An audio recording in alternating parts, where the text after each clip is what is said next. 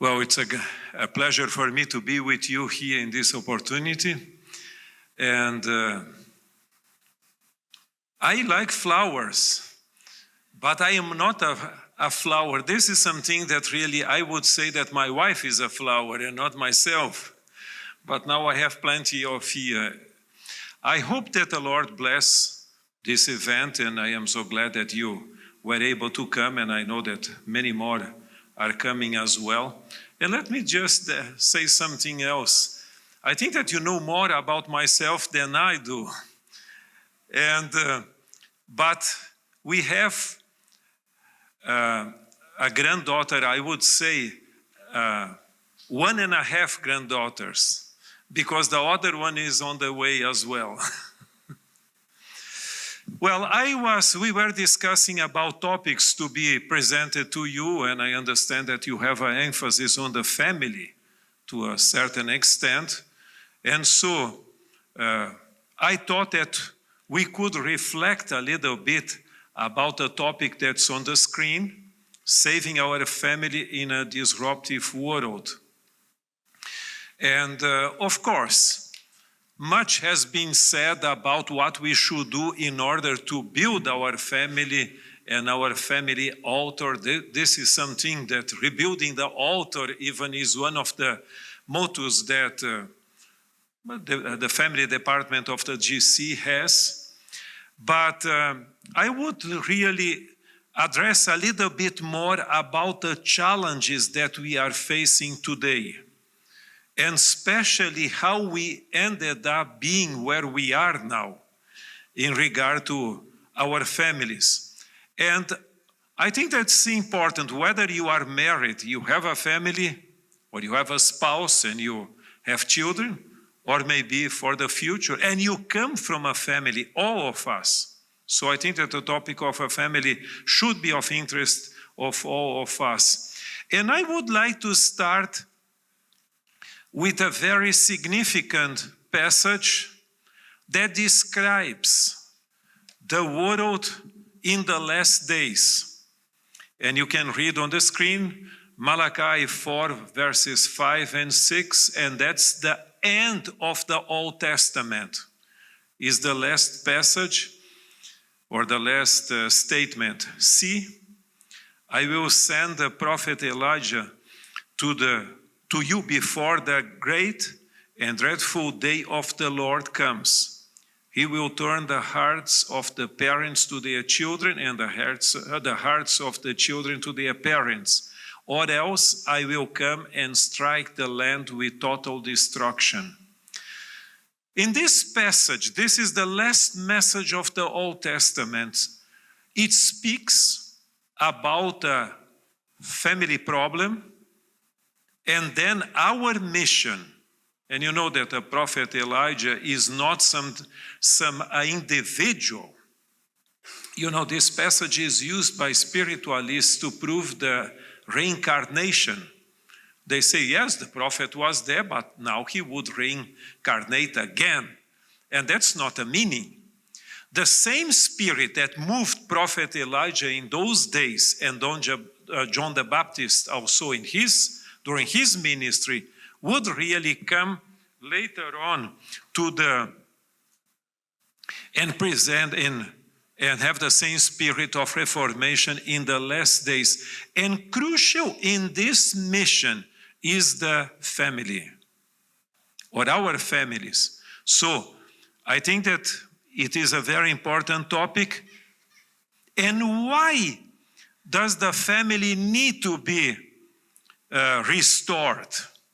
Because of the challenges of the last days. And if you want to have really an X-ray, or whatever you want to call it, of the last days, just see what Apostle Paul says in 2 Timothy chapter 3 verses 1 to 5.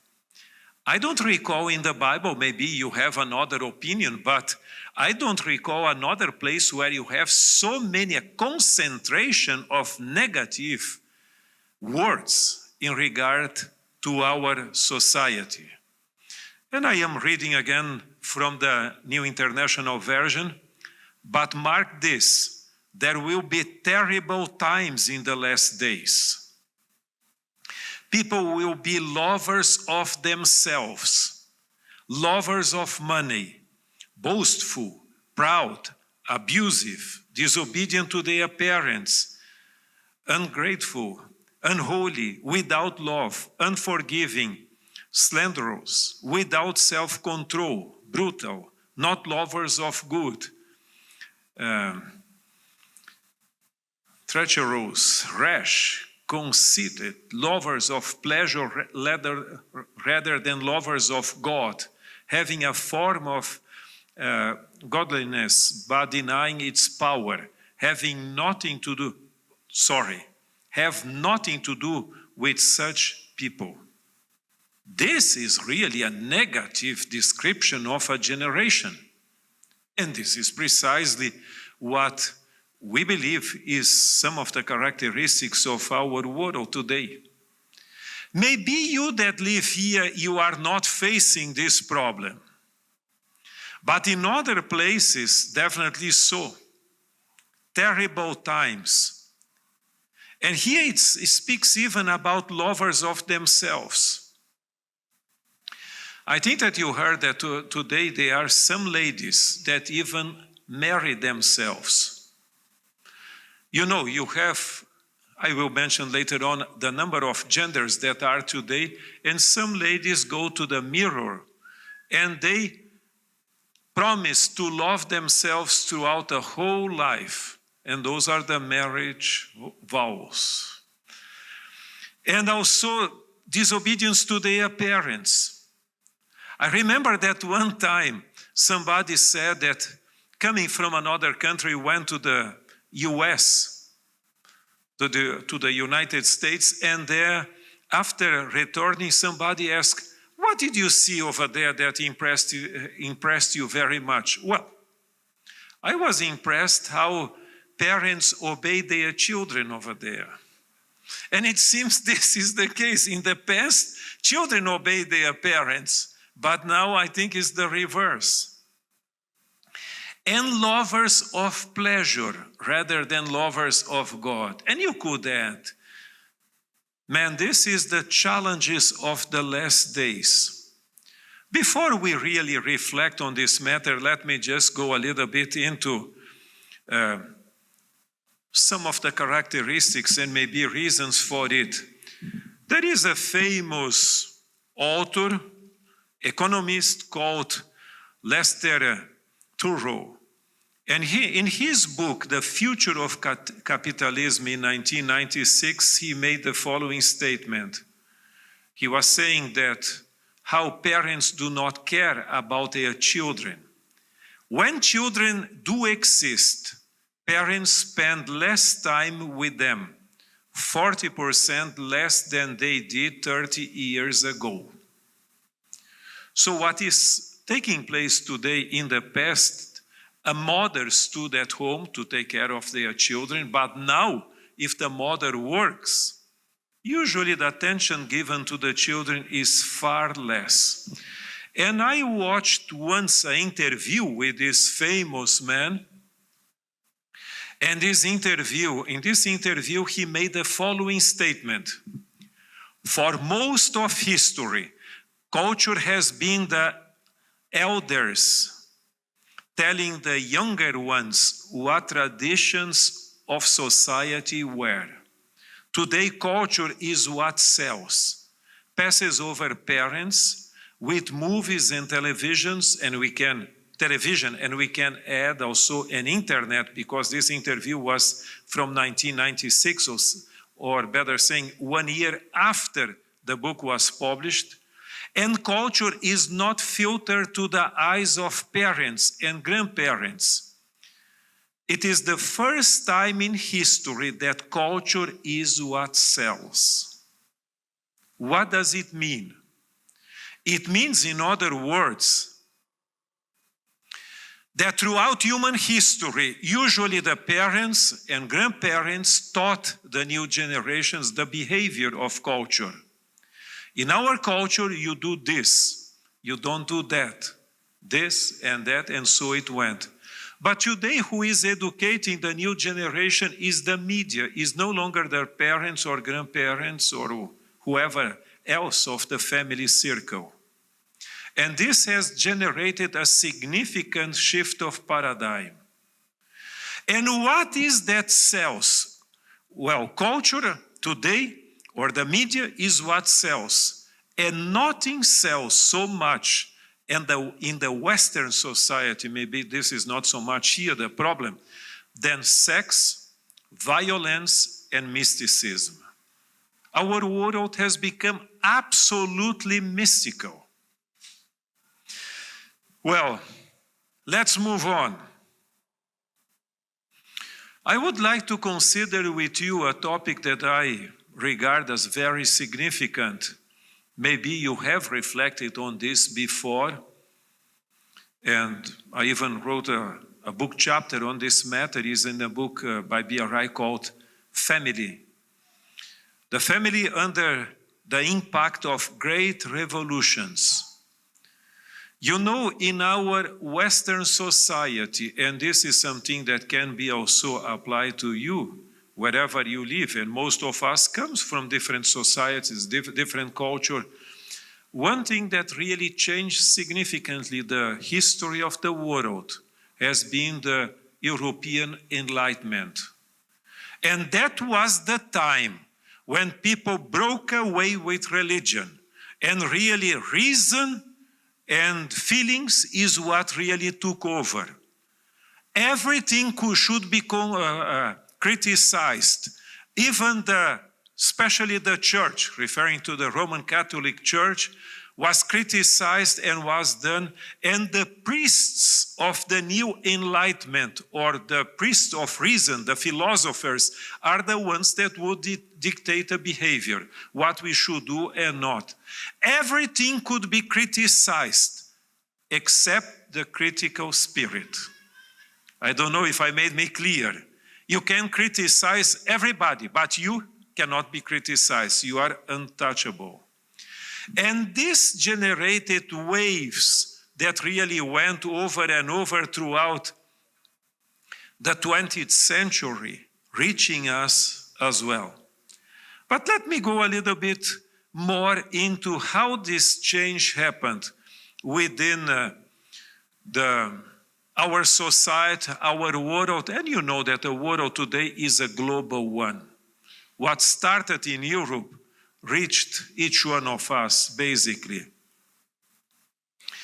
In the good old days, usually prior to the Industrial Revolution, the family used to live together in the same house. They had meals together, and they even worked together at home. So the family was always together. And this really built up strong bonds of relationship. And the children were so close to their parents to such extent that many times the children continued the tradition of the family as far as work and so on. But it started to change with the Industrial Revolution. In the Industrial Revolution, the father usually went to work in a factory, far away from the living place or their house. And so in the factory over there is the place where they had to work many hours a day. There were no restrictions. And they were exploited. The place was really very polluted as well. And in addition, if the father was not only there, the older or the children started to work, so the family were not working together any longer. And without time. And that's, to spend time as a family, working so many hours in those days, and coming maybe for the weekend, that changed significant the paradigm, and people were explored. Then came a supposed solution to it. And that was the Marxist revolution. And they claimed that they would better the world, that they will change it. But the problem of the Marxist revolution, although they try to solve the problem of people being exploited by, or exploited, better saying, of the, with work, they broke away with religion and family. For them, they are absolutely against, or they were absolutely against private property. So in other words, you don't owe anything. You are not your house does not belong to you, your car, anything basically. That was the ideal. And plus, if this is the case, marriage also does not count. Because to say that this lady is your spouse, this is private property, cannot be the case. Or that this is your husband, no. It's interesting that the Communist Manifesto was written by two individuals, two Germans from a Jewish background, Karl Marx and Friedrich Engels. Friedrich Engels is the one that, before the manifesto, wrote the principles of communism. And in the 1880s, he wrote a history of the family. And in that one, he suggested the model that a family is really an institution to exploit people. And he proposed in his book that really what should be taken place as ideal, that it would be some kind of free love, everybody could belong to whoever wants to be, and so on. You know, economical Marxism failed, but then came what is called cultural Marxism, coming from two different sources. One of those is the famous Frankfurt School. Is not a school in itself, is an ideology, is a trend where more of research in the humanities. This Frankfurt School is the way of promoting cultural Marxism, where all forms of power should be criticized and undermined. When Adolf Hitler took over Germany, this school moved to New York. And it was related to the Columbia University. And that's the place from where Marxism took over, or the critical theory took over the institutions of the universities in the United States and in many places of the world. Today, it's back to Germany, to Frankfurt. But you have this other man, Gramsci, as well. If this is the case, that family does not count, then we are in a difficult situation. I was talking other day with Arthur Stelly, who is from the former Soviet Union, and I asked, when the communist revolution took place, what was their stand? They tried to destroy the family. But then there was a reaction against, because of the structure that was very strong, the Russian Orthodox Church and the family structure. And then they placed themselves as pro-family to be accepted. But at the beginning, that was the idea. If you want to see a little bit more about this, you can access this website. There is a video in YouTube, The Architects of Western Decline, a study of the Frankfurt School and cultural Marxism. and how this has helped to destroy, to a large extent, the family values that are based on the Bible. Well, let's go to a next one, and that's the feminist revolution. This revolution started in different places of the world, but a real significant place or event, a landmark in the beginning of this revolution is the Seneca Falls Convention in New York.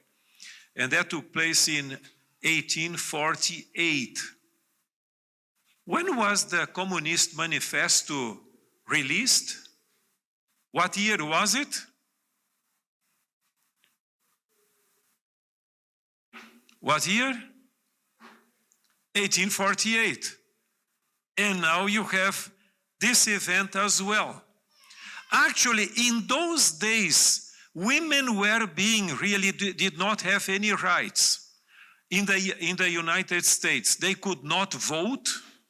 They could not hold any kind of public office.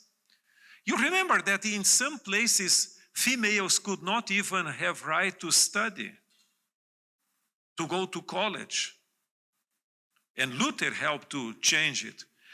But especially, they had problems at home because men really loved to drink. And so at the beginning, the feminist movement was against being mistreated at home, against having this kind of drunk husbands, having the rights of vote, and many different things. But over the years, this revolution, or better saying, the feminist revolution, became more radical against marriage, against family. I want to be free.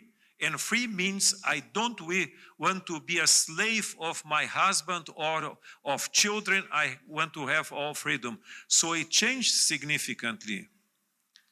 But family was also influenced by the sexual revolution.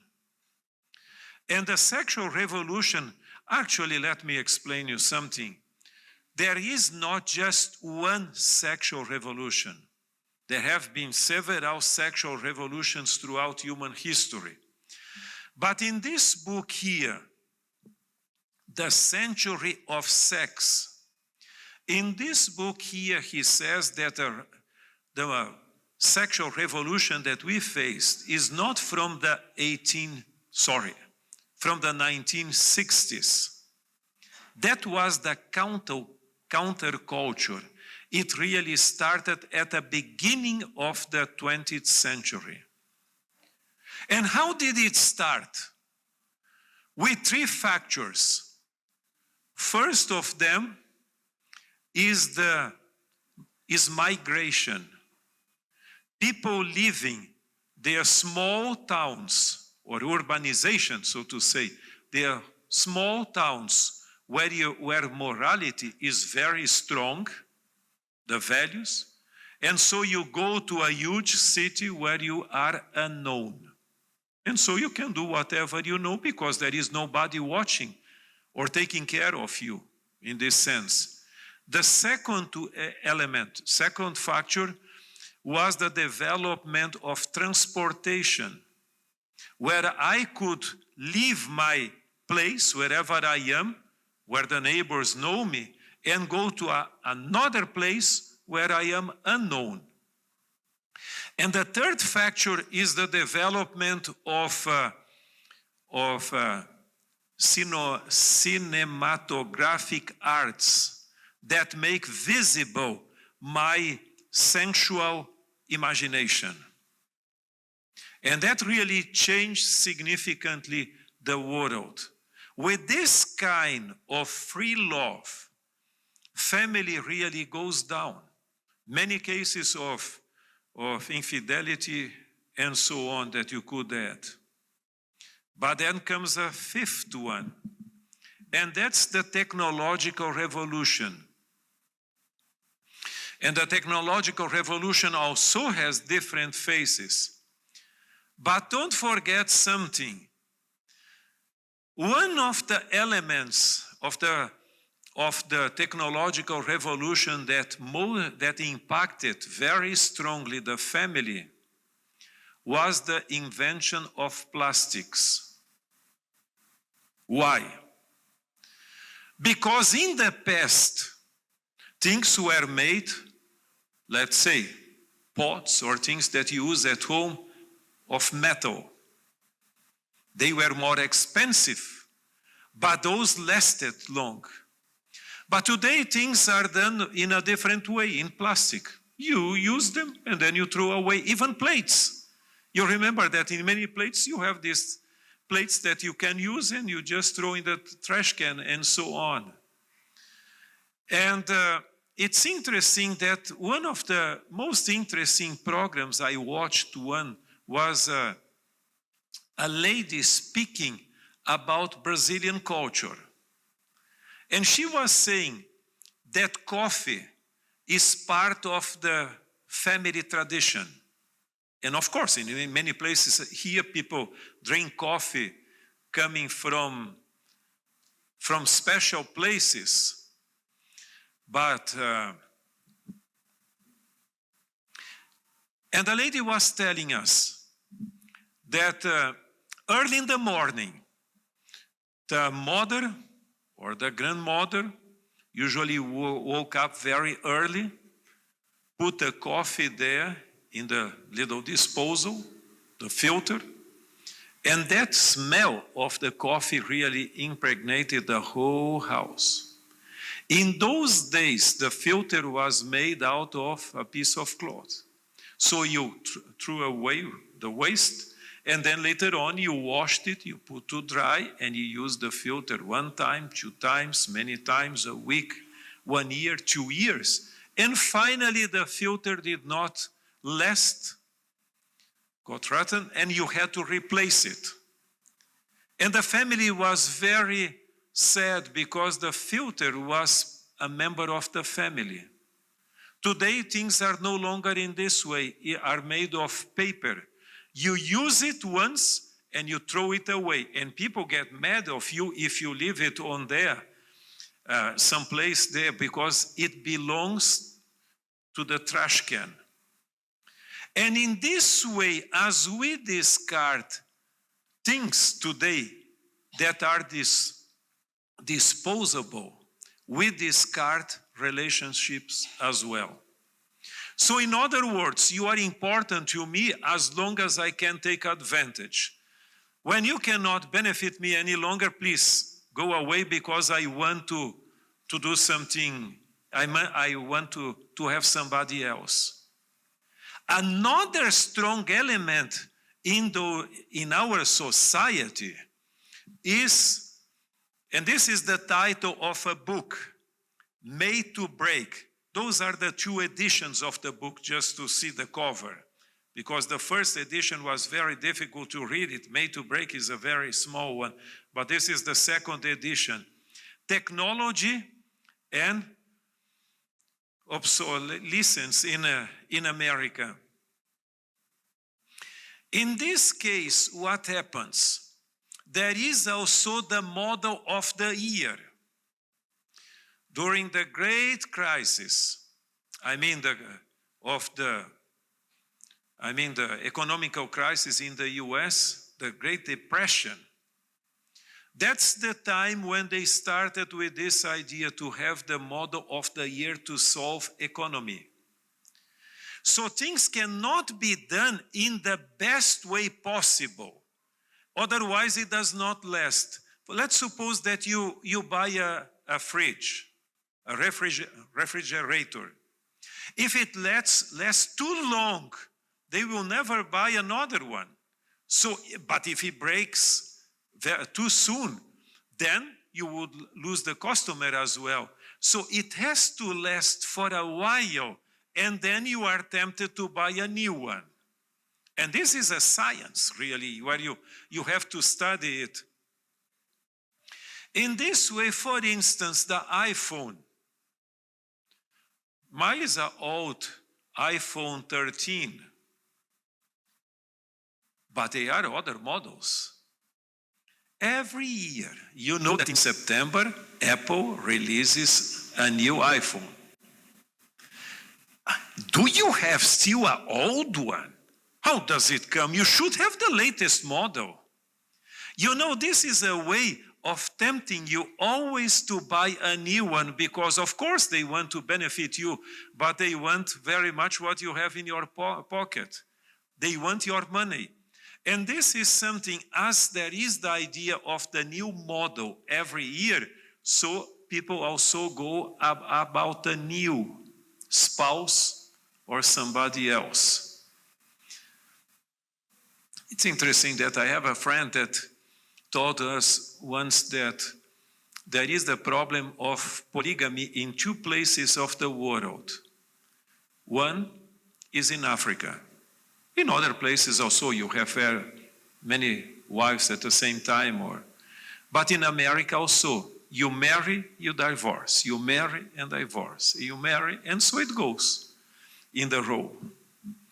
So in this case, the family is no longer so stable as it used to be. The other one is the cyber revolution, or the revolution of communication. In many places, if you go even in airports, you will see a family sitting together. Everybody is here with an iPhone, or with their cell phone, better saying, communicating with somebody else, and the person on the side does not receive any attention whatsoever. So in other words, this is something that brought together relationships from different places, and it has been a blessing. But at the same time, the time that should be spent in the family circle is no longer so much because I have plenty of other distractions. Of course, much more could be said about each one of those I am just highlighting. And what about the gender revolution? This is quite something. Do you know how many genders there are today? In the Bible, we have only two: male and female. That's how God created. Then later on there was a second one. But people speak today about how many? Well, there are different studies. Some say that 81. Other ones insist that they are only 72. But this one speaks about, or spoke, because the website is no longer available. I tried to access it the day before yesterday, but it did not work.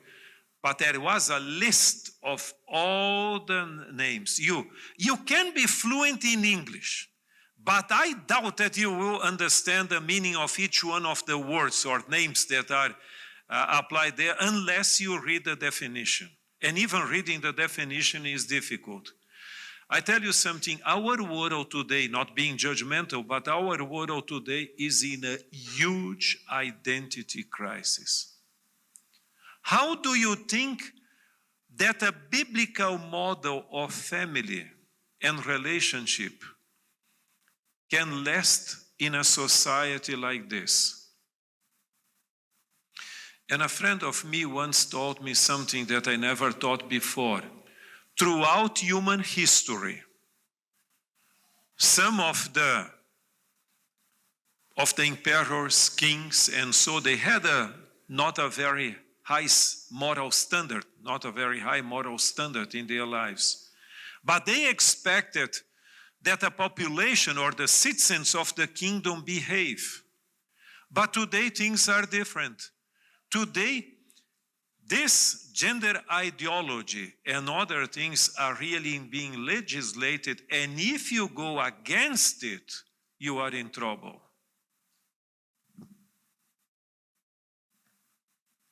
The eighth one is the queer revolution.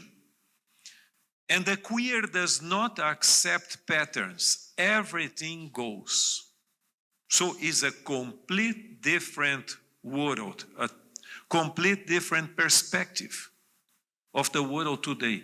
The person can behave in one way today to the other one. You can have different genders, whatever. Only the stable, basically, they do not accept patterns like the standard or the traditional marriage. And also, they have difficulties sometimes with homosexuality because it's always that kind of standard. They want to have absolute freedom.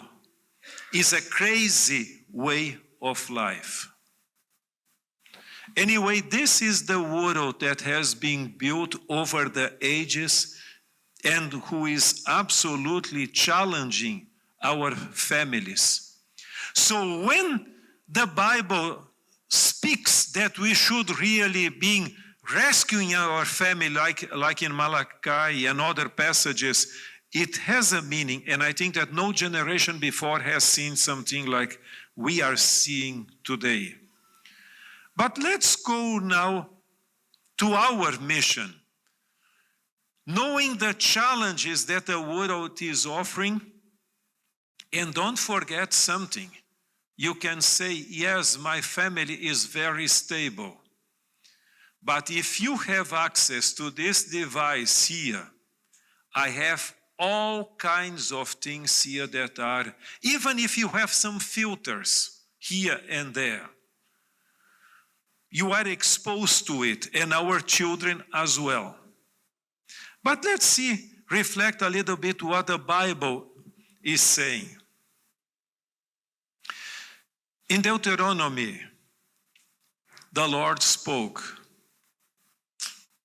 "These commandments that I give you today are to be on your hearts. Impress them on your children. Talk about them when you sit at home and when you walk along the road, when you lie down or when you get up.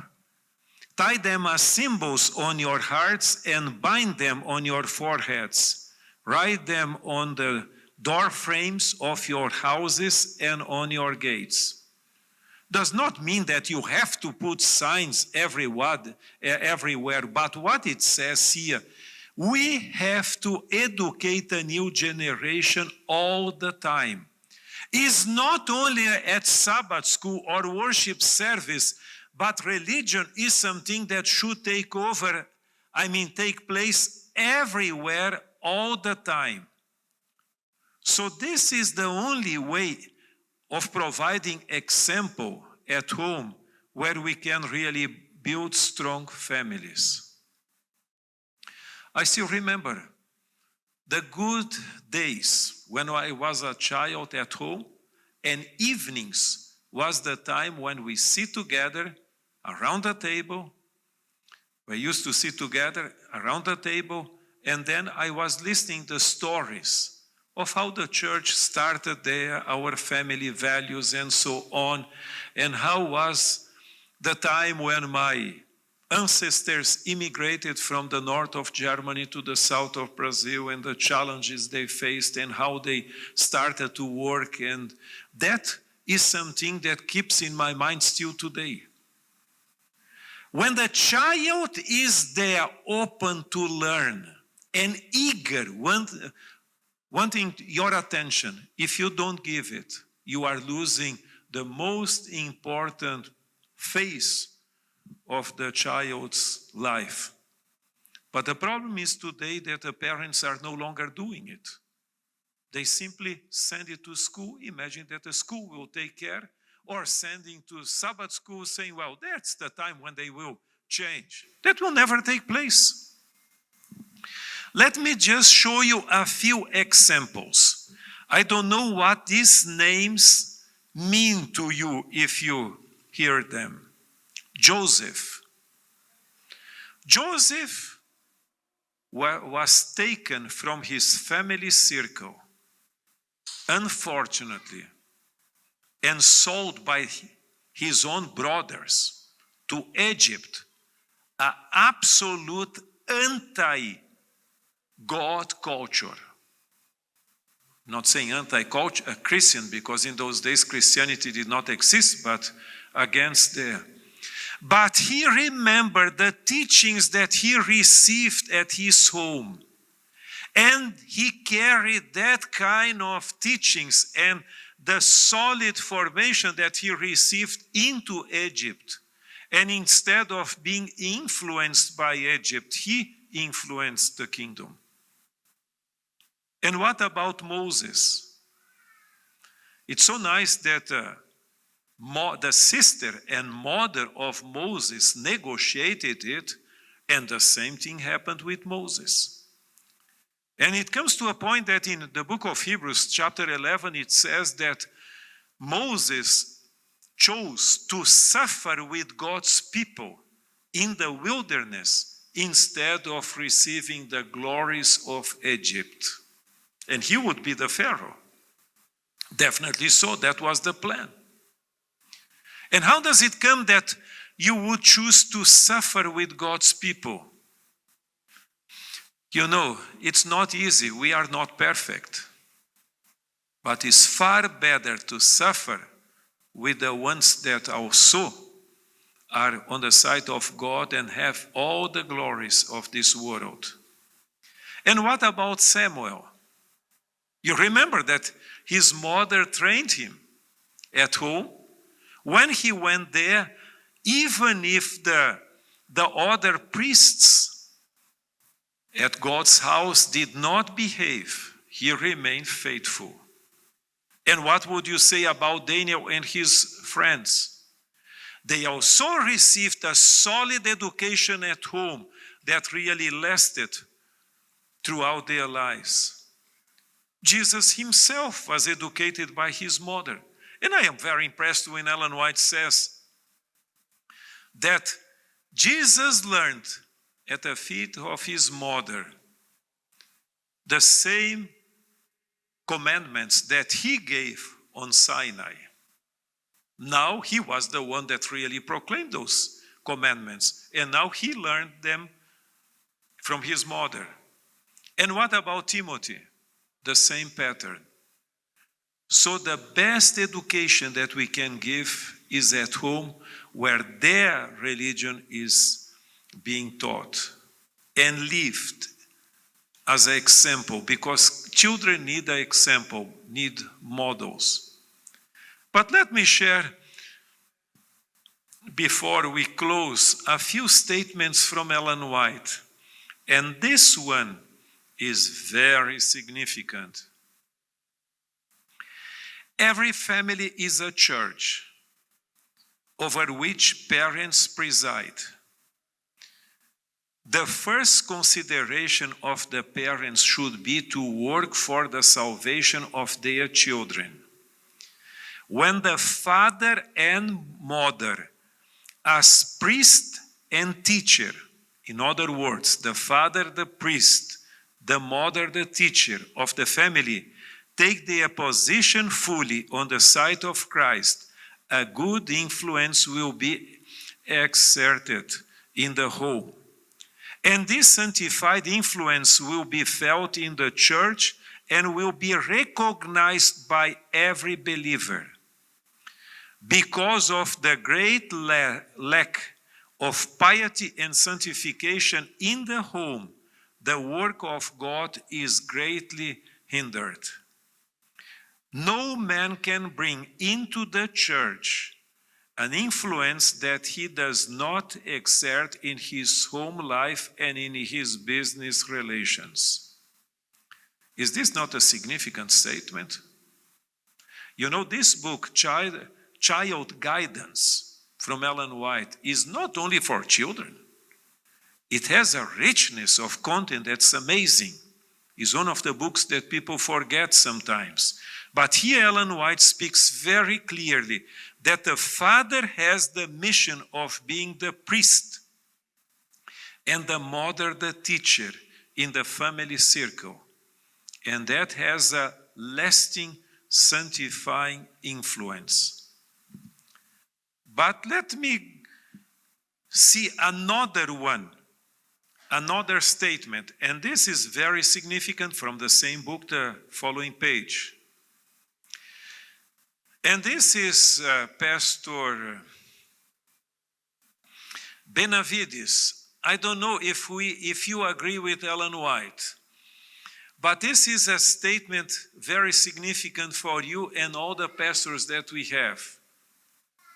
Many seems to think that the cleansing in the church, the growing love of pleasure is due to want of pastoral work. In other words, if the church is going down, what we need is better pastors. And then Ellen White says, true, the church is to be provided with faithful guides and pastors. But the ministers may do their work faithfully and well. Yet, it will amount very little if parents neglect their work. It is to a lack of Christianity in the home life that a lack of power in the church is due. Until parents take up their work as they should, it will be difficult to arouse the youth to a sense of their duty. In other words, what Ellen White is saying, if you neglect your work at home, very little the church can accomplish. Because what is the church? The church is the gathering of the families. And if I am dry at home, my dryness will come to the church as well, or my coldness. So the church is nothing more than the union of families. And if we want to revive the church, we have to revive our homes. Otherwise, it's a waste of time. But as somebody told me in California some years ago, we have today many Adventist 7-Eleven. On the seventh day, not off the seventh day, on the seventh day, at the 11th hour when worship starts. And then, after it, I wait a week for me to pretend that I am a true follower of Christ. I would just like to share a little bit about our own experience at our home. I was having a spiritual prophecy program, a weekend, and then in a place, and then they introduced to me a family. There was a man, a woman, and their 2 children, a boy and a girl. And they were a wealthy family. And then they were discussing one day, they told me the story, they were discussing, well, we have given so many gifts to our children over the years since they were small. But what are we taking?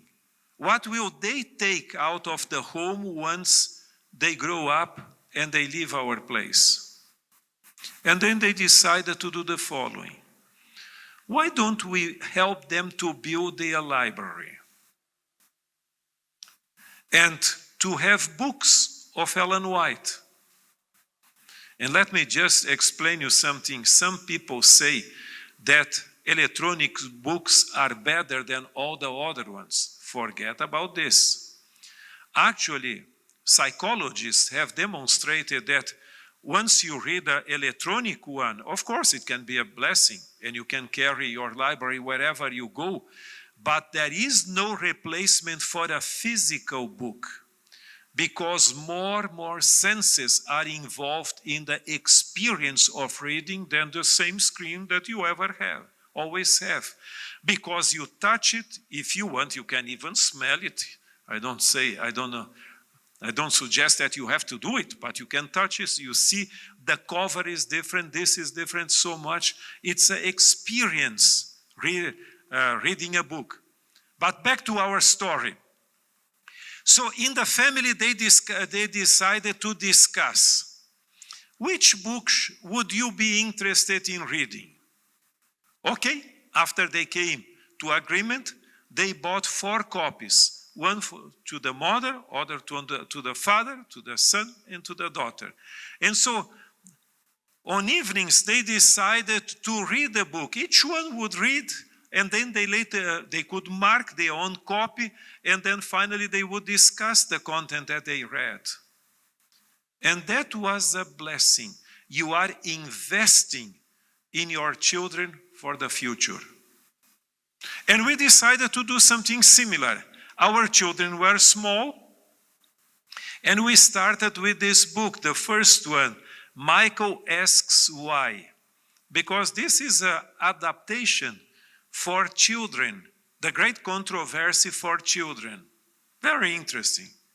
Then we went with this other one, 1,000 Shall Fall, the story of the Hazel family in Germany during World War II. When we finished reading a chapter, they would say, please, don't stop, continue. We cannot stop. Yeah, but it's time to sleep. Tomorrow you have to go to school. But they would like to continue. And that helped. This kind of books that are a little bit easy helped for them to develop the taste of good reading. And then we went to the story of Jesus by Ellen White. You know, the story of Jesus is a simple version, similar to the Desire of Ages, but very easy to understand. And then Steps to Christ and other books. I think that we have to invest in our children or the new generation. And this is exactly what we should do in our words. In other words, if you want to strengthen our families. Back to Malachi, the text that we read already, see, I will send prophet Elijah to you before that great and dreadful day of the Lord comes.